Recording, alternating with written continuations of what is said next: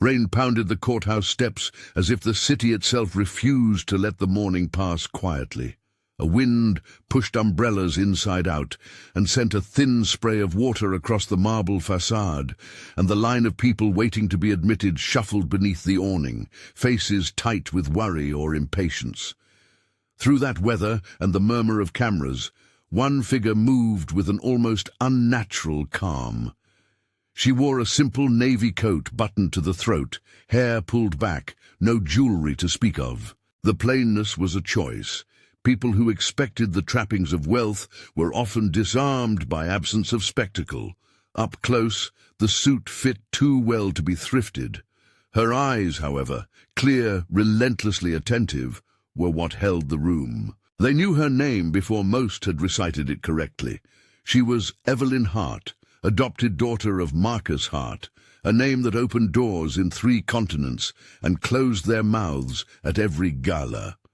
She had been called every variation of heiress and trophy the press liked to use, but those labels landed like pebbles against the armor she had built with late nights, casebooks, mentors, and a kind of stubborn moral clarity that did not come from money. Genius, they sometimes whispered, as if it were an inheritance.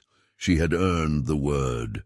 Today, she carried a battered file under her arm and a purpose that had nothing to do with taglines or headlines. The case waiting inside was not about wealth.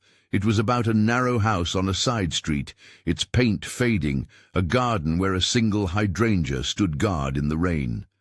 The homeowner, 78-year-old Miriam Cole, had lived there for 45 years.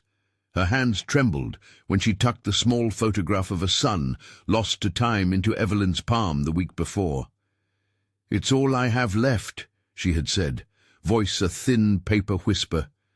"They can't take my memories." In the courtroom's fluorescent light, the corporation's claim to that house, remote, procedural, dressed in ledgers and assignments, looked capable of swallowing an old woman and leaving barely a trace. They called the corporation Crestmore Developments on the docket. Crestmore's legal team arrived in brushed suits and practiced smiles. Their lead counsel, Richard Vaughan, had the sort of voice that slid into a microphone and occupied it, as if trained to make the room forget everything else. He had already made a small performance of disdain outside the courtroom, glancing at Evelyn and offering a half lift of his chin that meant, in the language of the privileged, "This will be easy."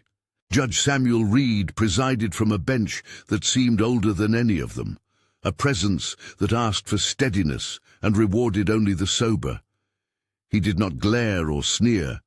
He reserved expression like a judge should, slow to reveal the shape of his mind. When he spoke, it was with the coolness of someone who had sat through many storms. "Counsel, the court will proceed with opening statements. Ms. Hart, I understand you represent Ms. Cole." A ripple went through the room then, murmurs soft enough to be nervous laughter. Some faces in the back looked curious, others skeptical. To many, a Hart in a modest coat seemed a contradiction. To Evelyn, the murmur meant nothing.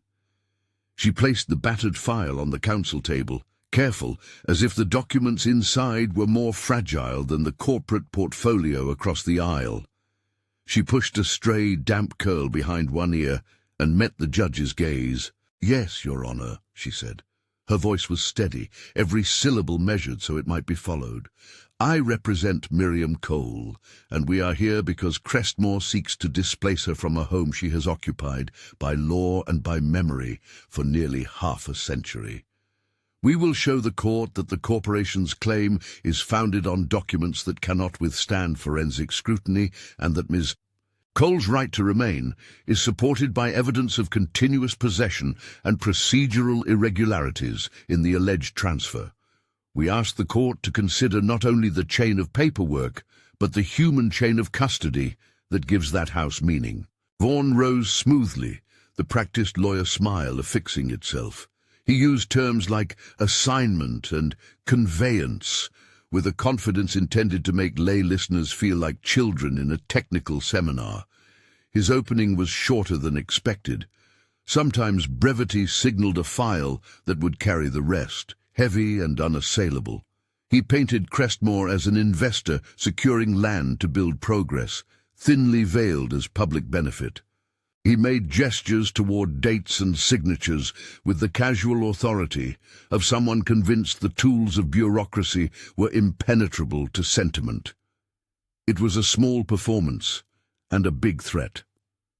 The kind of claim Crestmore made had swallowed neighborhoods under glossed notices and careful lawyers' letters before, leaving plaques and developments and the occasional op-ed about gentrification. Today, someone feared that the same slow motion would begin at Miriam Cole's door, notices posted on a lawn, a legal pad with a signature, a locksmith at the threshold. To the people in the gallery, neighbors, a few journalists, the attorney who ran the community clinic, this case read like a test. If the law could be bent into dispossession by a tidy stack of papers, what guard remained for the rest? Evelyn thought about how the law was supposed to be both shield and tool, about how it could be twisted into a blade. She thought about young solicitors in the clinic who looked to her like bright lanterns, about the mentor who had once told her, "You learn to read power by learning how it hides its fingerprints." She had the fingerprints ready to show. If you want to see how she unraveled their claim, stay with the story. Her life before the courtroom had been a series of deliberate contradictions. Scenes that shaped her came in the quietest of ways. A thrift store sweater found among charity piles when she was 8. The smell of boiled cabbage on a communal stove in a shelter for a time no one wanted to write about. A past before the Harts, when Evelyn's world was measured by the distance between the kitchen table and a book she guarded like a secret. She had been small and steady-eyed, always reaching for explanations. A social worker had arranged a meeting with Marcus Hart after a lecture at a civic centre. Somehow, a billionaire's curiosity, an old conviction to give resources where they mattered most, and a child's resilience converged. The adoption itself was not a fairy tale. Marcus Hart did not buy a child a life of ease. He gave her the chance to choose a rigorous education, tutors who would not coddle her, travel that peeled back the world into problems worth solving, and a father who trusted her to refuse easy answers. "Money is a tool," Marcus would say, "not a replacement for the work." He did not insist she be soft in the face of the world's cruelties. He hired mentors, Professor Liao, who refused to accept a claim not evidenced, Elena, a community organizer who taught Evelyn the names of every person on the block and how to listen to them, and Mr. Alvarez, who knew the patience of paperwork and could read a ledger like scripture. They were the people who turned her curiosity into a craft. When she chose law, she did so not to be a name in a paper, but to be a practical instrument for people who had no instrument. That background explained some of the tools she had at her disposal, but not the decisions she made with them. Evelyn refused to be an image, standing next to a podium for charity photos. Instead, she spent Saturdays in that same community clinic where she'd once sat as a volunteer, helping people file forms, understand notices, draft responses. She knew Ms. Cole not from headlines, but from the way the elderly woman folded her hands when she spoke about the house, and how her eyes shimmered at the mention of the back porch swing where a son had learned to whistle. That photograph Miriam had slipped into Evelyn's palm, their first act of trust, became the anchor for the case. On the morning of the hearing, small things marked the ownership of feeling. Miriam's neighbor, a barista named Jackie, clasping Evelyn's hand as if Miss Hart were a local, a cluster of volunteers in the gallery wearing knitted scarves that puffed out their breath in the cold air. They all watched as the corporate team filed in with a portfolio that smelled faintly of new leather and polished stationer's paper. Power arrives with an odor fairly consistently. Evelyn knew it, and she treated it as evidence in itself. Her strategy would be to translate that power into something the judge could hold and measure. The initial exchanges in court were careful. Witnesses gave preliminary accounts. Miriam's neighbor recounted decades of daily sightings at the porch. A postal worker testified that Ms. Cole's mail had been consistently delivered to that address for years. These were the small human constellations that create legal constellations, patterns of daily life that tether a person to a place. Crestmore, in reply, produced a tidy set of documents, an assignment signed some years earlier, a chain of custody on paper that, if accepted at face value, suggested the property had been transferred to them for the purpose of reunification into a development portfolio. It was in those documents that Evelyn smelled the lie. At the clinic, she had learned to notice when documents bore the small human trace of error. The corporation's paperwork looked too perfect, the kind of perfection myopic eyes accept as truth because baffled people assume no one would try to fake such carefulness. Perfection often hid sloppiness. Her approach was clinical and human at once. She did not begin by arguing theology of justice from the bench. She began with an ordinary question to the corporate representative who presented the chain of title, "When was this assignment signed?" Vaughan, who had expected a scripted tableau, blinked at the simplicity. "The assignment is dated June 15th, 2019, he replied. "It was executed and notarized in due course." "May I approach, Your Honor?"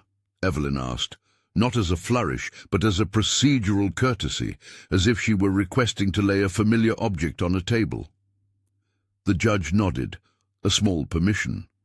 Evelyn walked, took the document Vaughan offered without tremor, and slid it across the counsel table to where the court clerk could prepare it for the record. Her cross-examination was a calm, steady unfurling. She asked about dates, about clerks, about procedures with the ease of someone who expected an answer but was prepared to disassemble it. Vaughan answered with the layered confidence of someone with an institutional script. But when Evelyn asked whether the notary, who supposedly witnessed the signature, had a recorded presence that day, Vaughan hedged. There was an address, a name on a page. There was an office in a district where the notary's official stamp was kept. But the stamp itself, examined now under the light, showed an imperfection, an ink blot that should not be present on a professional notary's seal, a faint smudge that suggested duplication. To Evelyn's ear, the pause in Vaughan's cadence was a small, crucial crack in the armor. She asked for the document to be sent for forensic review. It was the sort of request that could be objectionable if wielded as delay. But the judge was careful and practical. If the request is made in good faith, and the court determines the evidence could affect the outcome, we will admit an independent analysis, he said. It was the kind of judicial sentence that sets boundaries for fairness. Not every curiosity becomes a trial by detour. Evelyn's motion was accepted. On the second day of the hearing, the forensic analyst arrived. Dr. Amelia Roth, a short woman who looked mobile-minded, eyes behind clear spectacles, and a tray of equipment that smelled faintly of alcohol and metal, the scent of careful work. She spoke slowly, choosing words so a layperson could follow.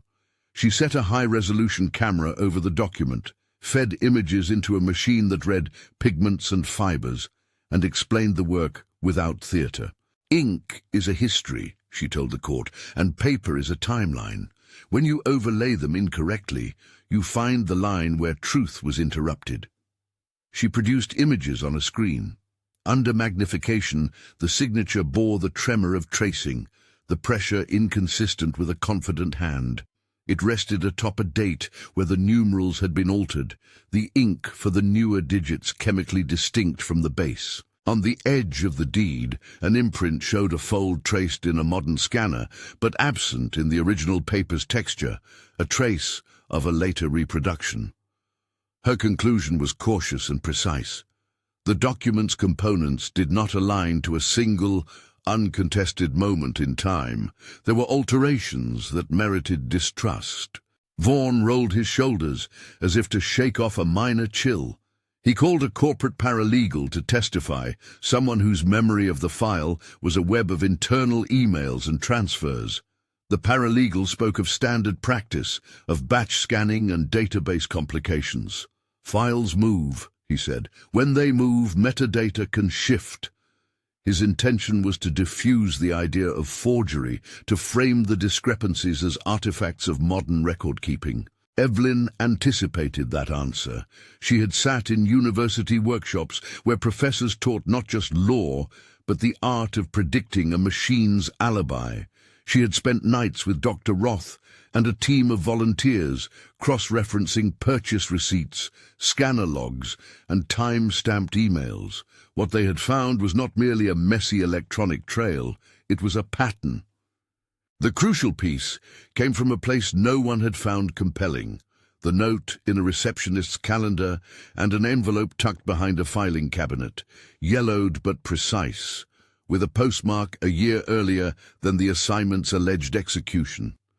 The envelope contained a preliminary notice, an internal correspondence condensed into a handwriting sample that matched strokes in the assignment, but predated a key corporate email. Another discovery: a building permit application in a municipal microfilm archive showing that when Crestmore claimed the assignment, municipal records did not reflect such ownership.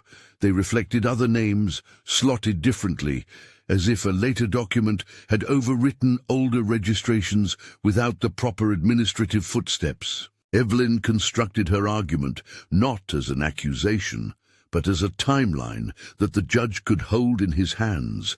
She laid the disparate threads across the counsel table like a seamstress presenting fabric.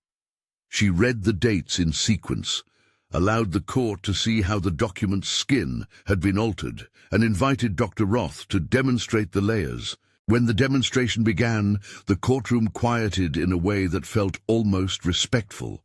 The camera's magnified images went across the screen, ink profiles layered, a faint line where something had been erased, the chemical signature of a pigment that hadn't existed in the early 2010s.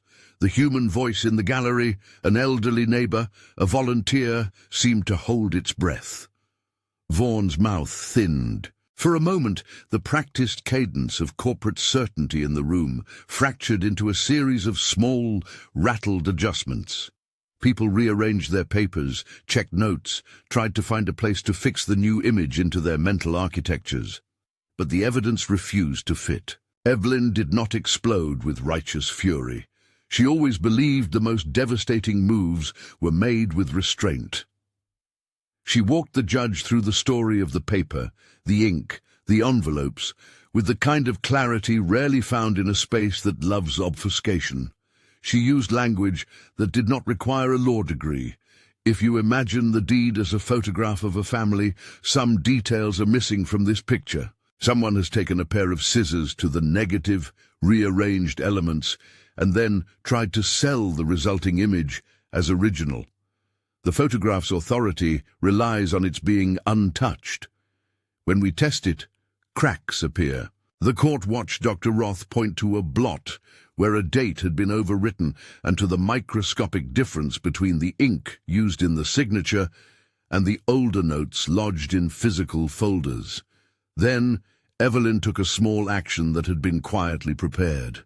A pair of copies displayed side by side, one a certified copy from the municipal archives stamped years before, and the other the assignment whose authenticity Crestmore relied upon. The side-by-side comparison told a story that had nothing to do with flourish and everything to do with traceable sequence.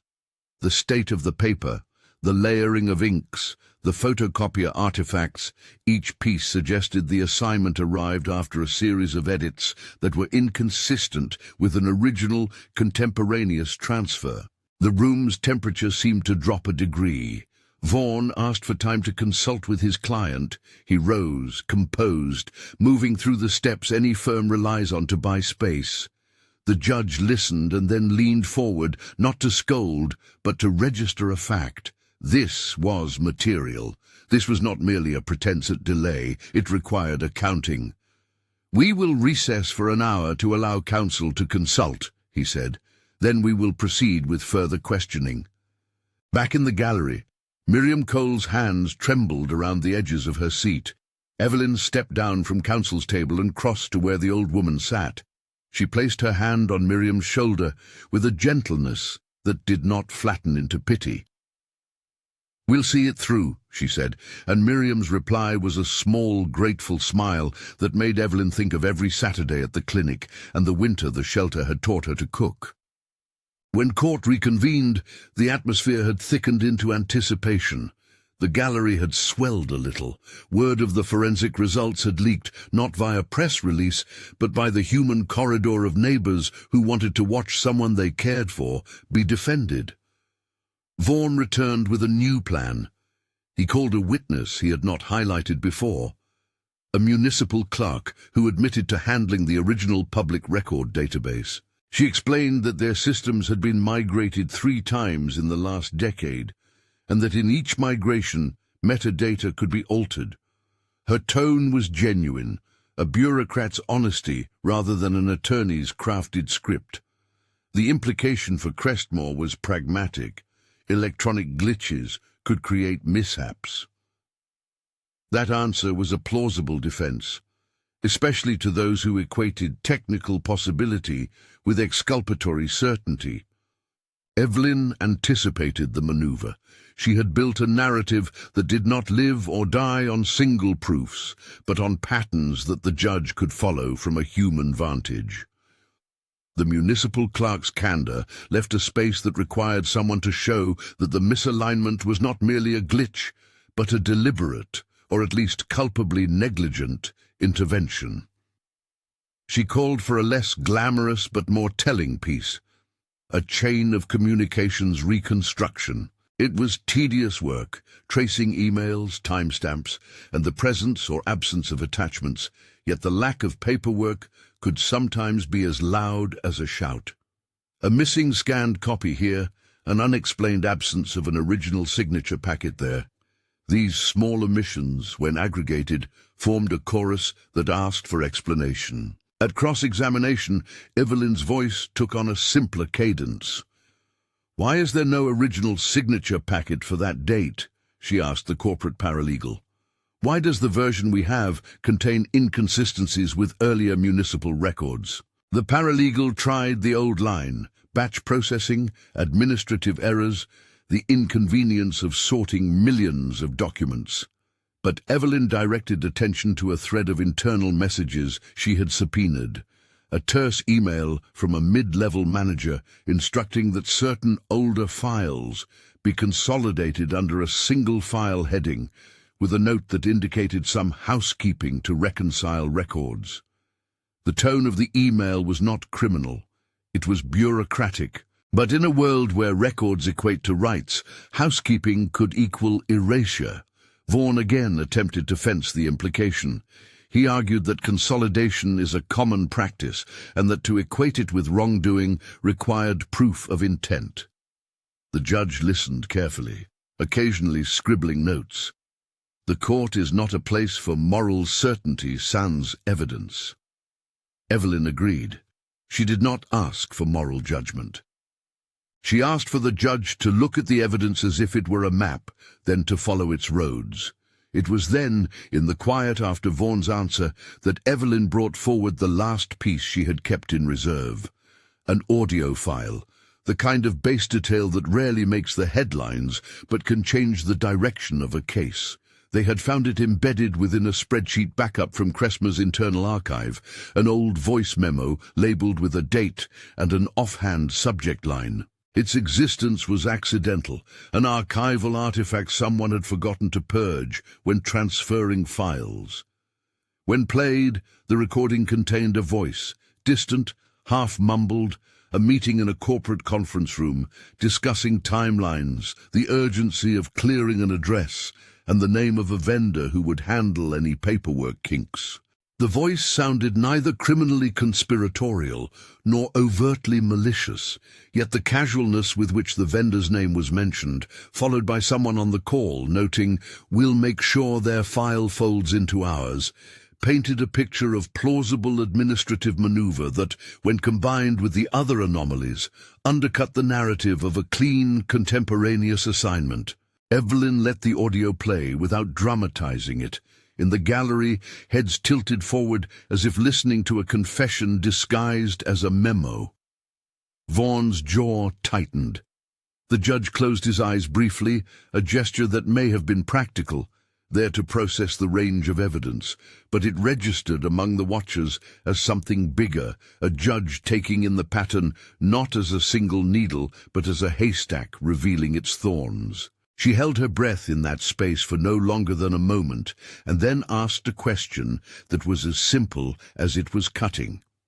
"Mr. Vaughan, can you explain why a record that claims a contemporaneous assignment should be coupled with an internal voice memo that suggests consolidation procedures and a vendor tasked with reconciling files? Is this ordinary housekeeping or a sequence that produced a result inconsistent with municipal registration?" Vaughan did what well-trained counsel do under pressure. He passed his reply into neat segments, conceding that files migrate and that the presence of an ancillary audio note did not, by itself, prove wrongdoing. He offered to produce more records to explain the chain.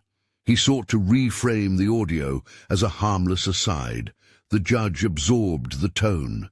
The request for further production was reasonable. Yet the judge's face had changed subtly. He no longer looked as if assessing an annoyance. He looked as if someone had read an account in which friction showed up at every seam. Evelyn watched him, and then, in a maneuver that required no flourish but absolute precision, she turned to Dr. Roth and asked her to summarize the chemical distinctions in inks and pigments without jargon.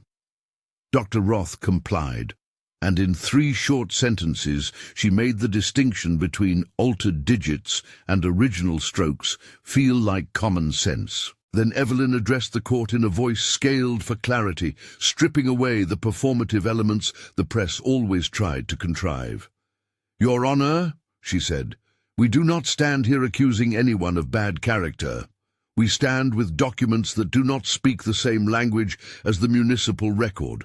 When paper narrates 2 different stories, it is this court's duty to determine which one holds to the truth of the matter. If Ms. Cole's house is to stand on a story written after her life in it began, then the law tasked to protect property must examine not only the handwriting but the circumstances that allowed that handwriting to appear." The lines of logic and evidence were laid bare. The courtroom hummed with a low intensity, like a crowd hearing something undeniable for the first time. Vaughan offered another reserve. "We can produce witnesses. We can call our vendor." But the judge now sounded less inclined to treat this as a trivial procedural tangle. "I will want to hear from the vendor and see those records," he said. "But I am also mindful that the court must prevent a party from relying on documents whose provenance is in dispute to dispossess another without full accounting." Then, with no hint of melodrama, Evelyn called the last witness she had saved, a quiet man who had once been a Crestmore contract worker and later turned whistleblower, whose name had been kept confidential until his testimony could be protected.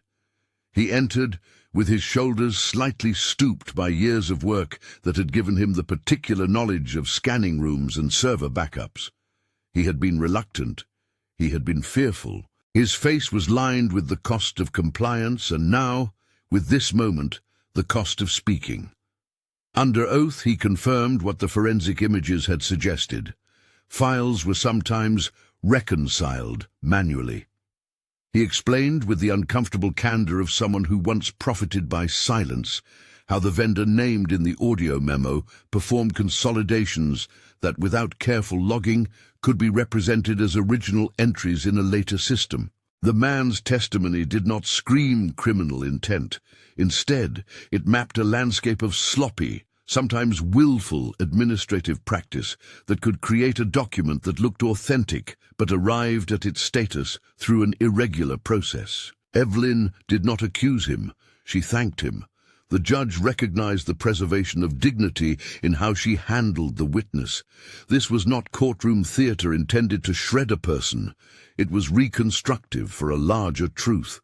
The reconstruction at this stage created a body of credibility the judge had to reckon with. When her final demonstration came, it was not fireworks. It was the slow, devastating clarity of a mathematic proof shown to someone patient enough to follow the steps. Evelyn asked Dr. Roth to layer the images one more time. Municipal record on the left, Crestmore assignment on the right, and the digital artifacts that linked them in the middle. The result, visible to every eye in the room, displayed a discontinuity that was hard to reduce to accidental migration. The two perfect edges, the overwritten numerals, the absent signature packet, together they changed the plausible story. Judge Reed looked up at the screen, then down at the documents, and a silence settled that had nothing to do with theatrical timing. The silence was the kind between people who have been told a truth they did not expect, a silence that is not empty but charged with consequence. He put down his pen slowly, as if lowering a tool whose function had suddenly narrowed to a single task, to consider, with full attention, whether the pattern laid before him was enough to support Ms. Cole's claim that the assignment could not be accepted at face value. For a beat, the room held its collective breath. The judge then leaned forward and said quietly, "Mr. Vaughan, I expected fuller accounting from Crestmore with respect to the file's provenance. Ms. Hart's presentation raises significant questions about the integrity of the assignment. I am prepared to permit further discovery into the vendor's practices and for additional testimony. However, I would like to hear from both counsel on whether provisional measures necessary to preserve Ms. Cole's possession of the property are appropriate pending further inquiry." Those words were not a victory or a defeat. They were a judicial hinge, a sign that the court would not lightly disregard the pattern Evelyn had brought into the light. The murmurs in the gallery exhaled cautiously, listeners interpreting the hinge according to their hopes. Evelyn answered with composure that belied the adrenaline in her veins. "Your Honor, we ask only that Ms. Cole's right to physical possession be preserved while these matters are fully investigated. We are not asking the court to render a final determination on the merits without complete evidence. We ask it to prevent irreparable harm while the truth is uncovered." The judge nodded, thoughtful. He did not promise the measure, but he did not dismiss the plea. Then, in a restrained motion that betrayed the slow ascent of surprise into something more visible, he asked the real question that lay like an ache at the center of the room. "Miss Hart, is there anything else you wish to present at this time?" What followed next would be the moment people in that courtroom would recount for weeks and months, some as a masterclass in legal technique, others as an example of a young lawyer's audacity. Evelyn rose and walked to the center of the courtroom where she could look at every face, knowing that, in the careful balance between persuasive argument and human truth, the simplest image can sometimes weigh heavier than a mountain of paper. She did not produce a single thunderous exhibit. She produced a small, worn photograph the size of a calling card. Miriam's son, a boy with a crooked grin, sitting on the very porch now threatened. The photograph had been scanned, enlarged, restyled, cleaned for court. Evelyn did not need to show any forensic map here. She held it up more as an act of invitation than a rhetorical flourish. "This is not legal evidence," she said softly, "but it is part of the life I ask this court to see. We have the documents that speak in numbers and seals, and now we have the life that speaks in faces. Property is not only paperwork, it is memory, lineage, daily presence. If we allow documents whose provenance cannot stand scrutiny to overwrite that, what safeguard remains for those who cannot marshal corporate resources to speak for them?" Her words were not meant to browbeat, they were meant to remind.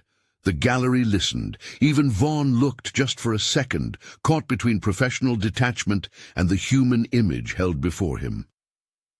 The judge closed his eyes briefly and then opened them. For a long stretch, no one spoke.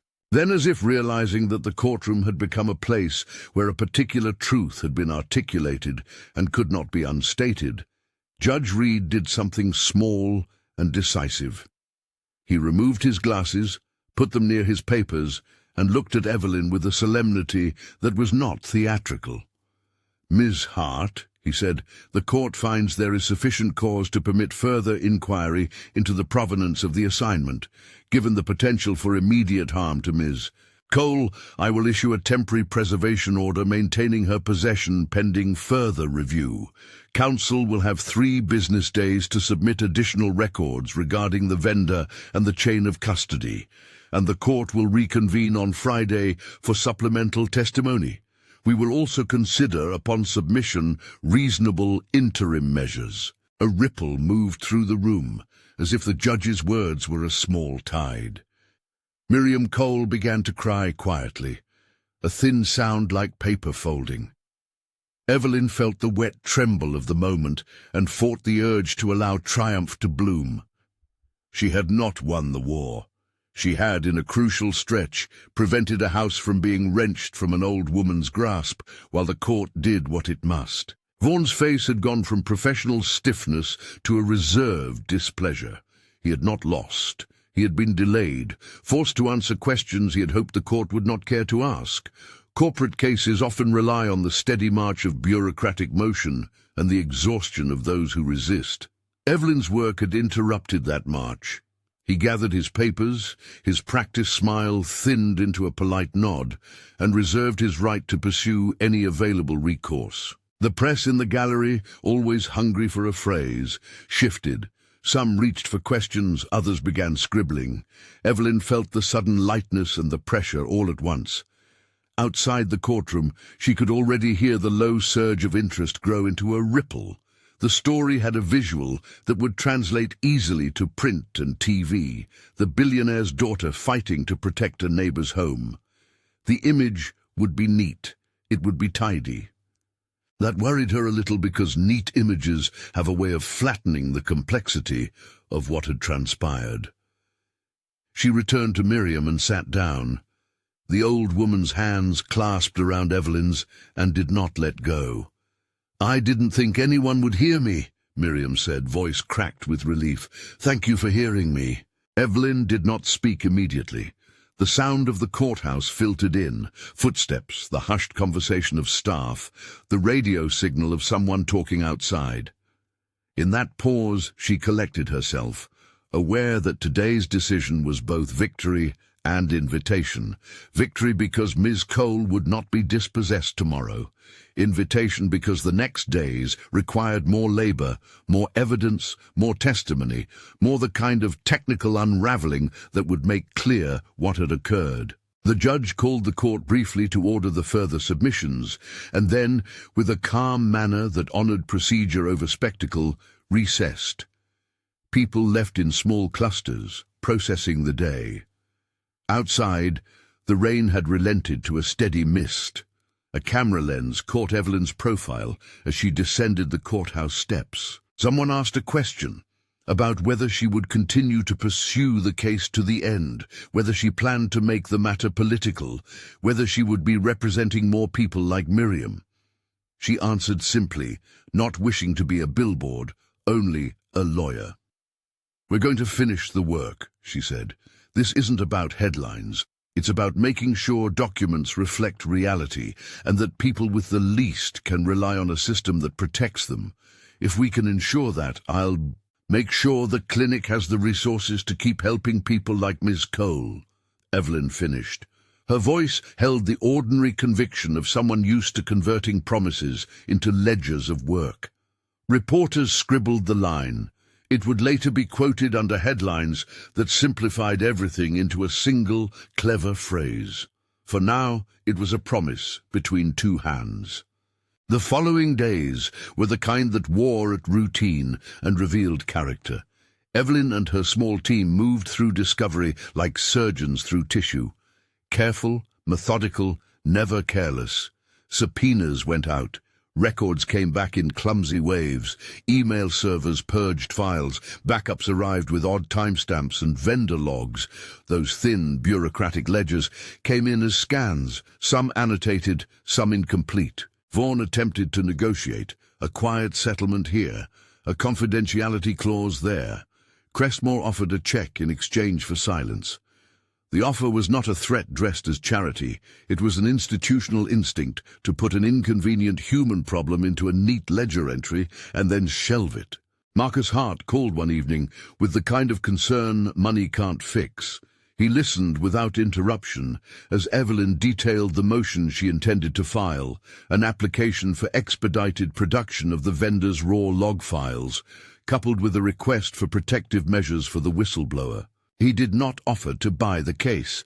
He offered precisely resources that would allow the legal work to breathe, a secure server for the discovery, a legal fellow who could spend full days trawling through metadata, and a public relations advisor who would keep the chatter from strangling the court's process. "Keep me a seat at the table," Marcus said, voice low, "but don't let my name change how you argue." Evelyn thanked him and, with the smallest of smiles, promised she would run the case as if no one ever knew the name attached to her childhood. That was true in the courtroom where the law demands argument, not spectacle. Outside it, it proved true in ordinary acts. Marcus sent a van to physically rescue archival boxes from a municipal basement where mold and damp had been quietly erasing once legible stamps. Marcus's money purchased safety from degradation.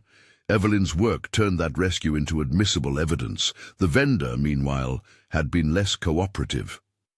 Crestmore's counsel produced partial logs and a handful of emails that tried to explain the gaps as migration errors. The vendor's owner, pressed by court orders and the possibility of being held in contempt, agreed to allow forensic technicians to image his servers under neutral supervision.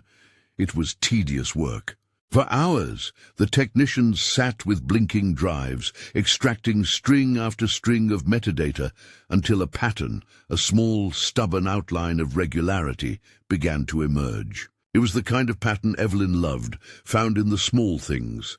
When the tech team aligned server timestamps with courier receipts, a curious sequence appeared. A batch marked reconciliation on a vendor spreadsheet had a timestamp 3 days after the municipal stamp of record. The reconciliation column bore initials, MG, repeated across multiple entries. Those same initials appeared in an email thread obtained from another subpoena. The emails were not dramatic. They were practical instructions: confirm consolidation, delete duplicate, archive original. The sort of sentences that singly sound like competent record-keeping. Together with the audio memo and Dr. Roth's analyses, they began to form a chain, not one act of forgery so much as a system that produced documents that could be read as originals without the missing rituals of custody. Evelyn's team also made sure the whistleblower's testimony would be heard safely. The man, who had once handled stacks of scanned deeds for Crestmore's vendor, agreed to speak on the record, now that protective orders shielded him from immediate retaliation. His nervousness was visible in the way he clutched his coat, but his memory was clear. He described a pattern of reconciliation, where files were often merged and relabeled to match the vendor's internal conventions. He used the word fold more than once, as if describing not physical paperwork, but a manner of folding history into a convenient shape. When Evelyn prepared for the supplemental hearing on Friday, every piece was polished to its functional edge. The file she carried now was thicker than the battered dossier from opening day. It held copies of municipal microfilm, Dr. Roth's annotated images, server logs, a line-by-line transcription of the audio memo, courier receipts, and, most important, a printed, certified image of the vendor's internal ledger with those recurrent MG initials highlighted. She arranged the stack not for spectacle, but for clarity. In her mind, she walked the judge through each layer in the order he could best digest: physical record, forensic signature, metadata chain, human testimony. It was almost mathematical in its insistence. If A aligns with B and B aligns with C, then A must be treated as part of the same system. If the system produced an outcome inconsistent with municipal registration, the court had to interrogate the outcome. The courtroom that Friday was full in a way that felt different from the first morning. Cameras lined the rail, but so did more neighbors, a few students from the clinic, and representatives from a local historic preservation group who had come because the house, which Miriam's son had once painted, was part of the block's fragile memory. Vaughan filed in with a new seriousness, the corporate smile reduced to small, efficient nods. He too had stacked witnesses. He had a vendor representative who insisted on good faith and a municipal IT specialist who reiterated the fragility of digital migration as an explanation for the discrepancies. Judge Reed listened, as he always did, with the slow concentration of someone tasked with turning argument into adjudication. When Evelyn began, she did not try to dominate. She narrated. She put the municipal record first, clear, stamped, legible. Then she asked that the court look at Dr. Roth's side-by-side images. The screen filled with ink profiles and scanned creases, and the room went quiet in a way that was almost reverent. Then Evelyn did what she had been quietly building toward for days. She asked the vendor representative to identify the internal ledger and to confirm that the reconciliation column was contemporaneous with the entries it described. Under oath, the vendor representative admitted the ledger recorded actions taken to harmonize files, a term he used without realizing how damning it sounded when laid next to a municipal record. He described in bureaucratic language how older paper files were sometimes rescanned to fit into newer database formats, and how reissue could mean the substitution of a modernized copy for an original when the original was considered unreadable. Evelyn then played a portion of the audio memo that had been found in Cressmore's archives, the low, ordinary sound of a conference call with an offhand line, "We'll make sure their file folds into ours," and a second voice answering, "We've got the vendor on it." It was not theatrical, it was administrative, but when paired with the ledger and the server logs, it made the administrative look like a mechanism. Dr. Roth's testimony, concise and patient, followed. She pointed to the ink distinctions, to the chemical profile that suggested a later addition to a document, and to the micro-indentations that indicated a signature had been placed on a copy rather than the original. Then came the server logs, a row of timestamps showing batch processes labeled "Consolidate" the day after municipal stamps, and a sequence of courier receipts showing deliveries of scanning equipment to a facility the vendor used. Evelyn walked the judge through it without drama.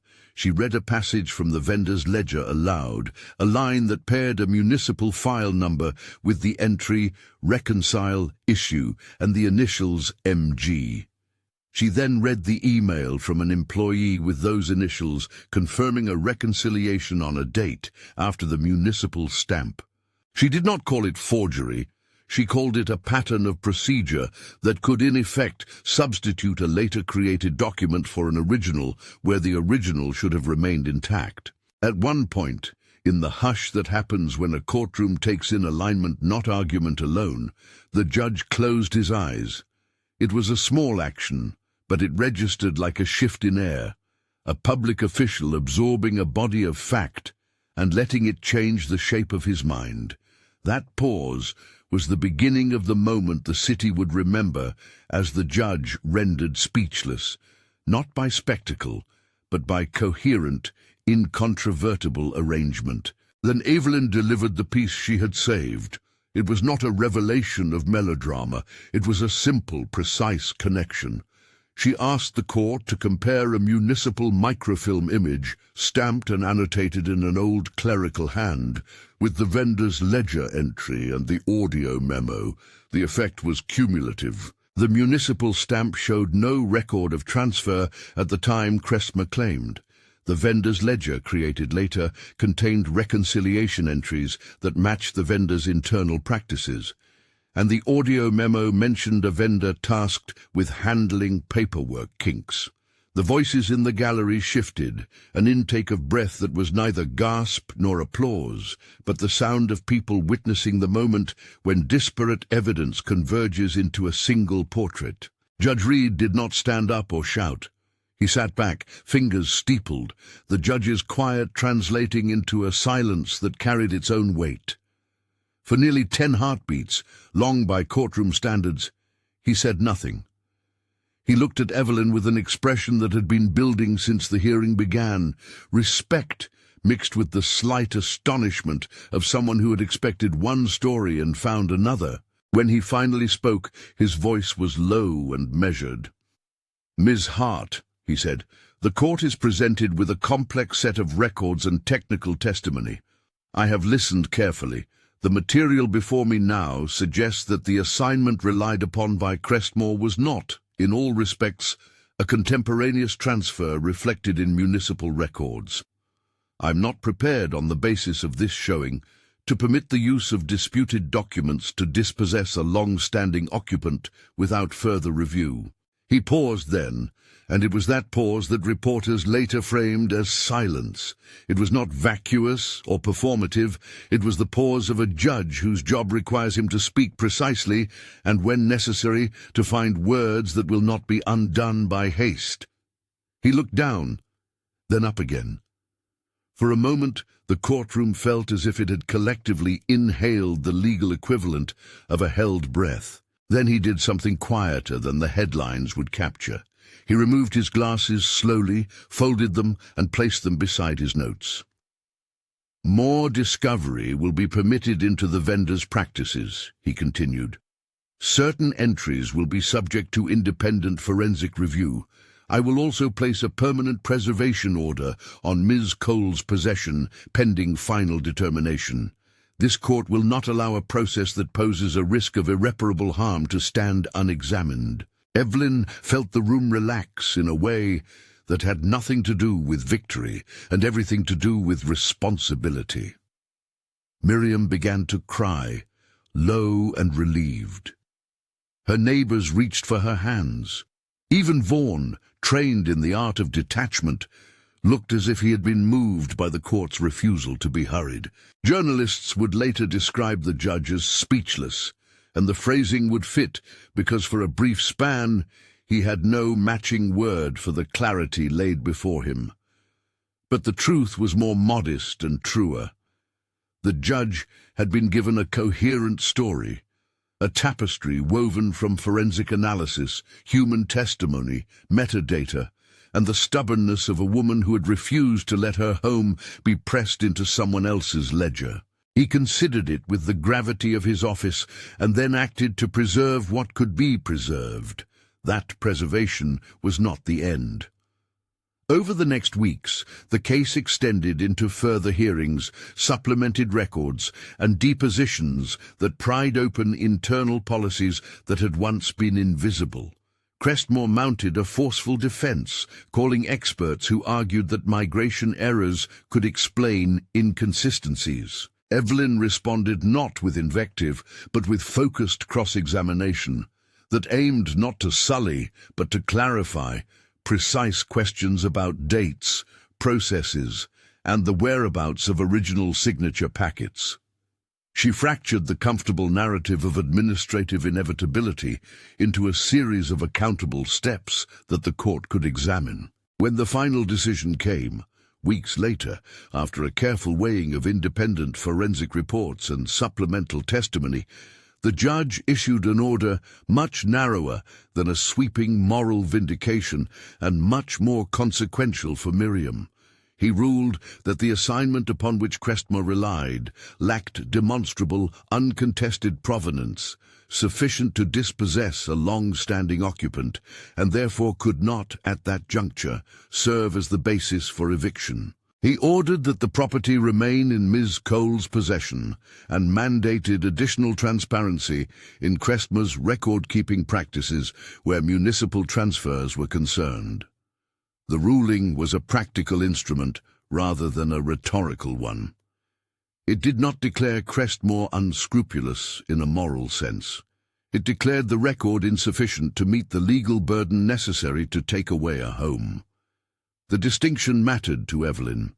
She had always argued on the basis of proof, not theatrics. The courtroom's reaction was immediate. Miriam collapsed into Evelyn's arms, shaking but laughing through tears. Neighbors crowded the rail to offer embraces. Marcus slipped into the gallery, watching quietly. No fanfare, no grandstanding. Seeing in the way, his daughter folded into the crowd the truth of what he had once tried to teach her. Resources are best used to amplify work, not replace it. The press, predictably, distilled the day into a headline that leaned on the tidy narrative the public loves. The billionaire's genius adopted daughter faces the court, and a judge is left speechless. The headline would be shared across feeds and threaded into opinion columns that debated privilege, merit, and the optics of wealth used for public good. Evelyn read a digital version on the train home and felt both the benefit and the burden of attention. The viral moment was a doorway. She preferred always the hallway beyond it, the long slog of cases that never receive a byline. Within days of the decision, Evelyn announced something the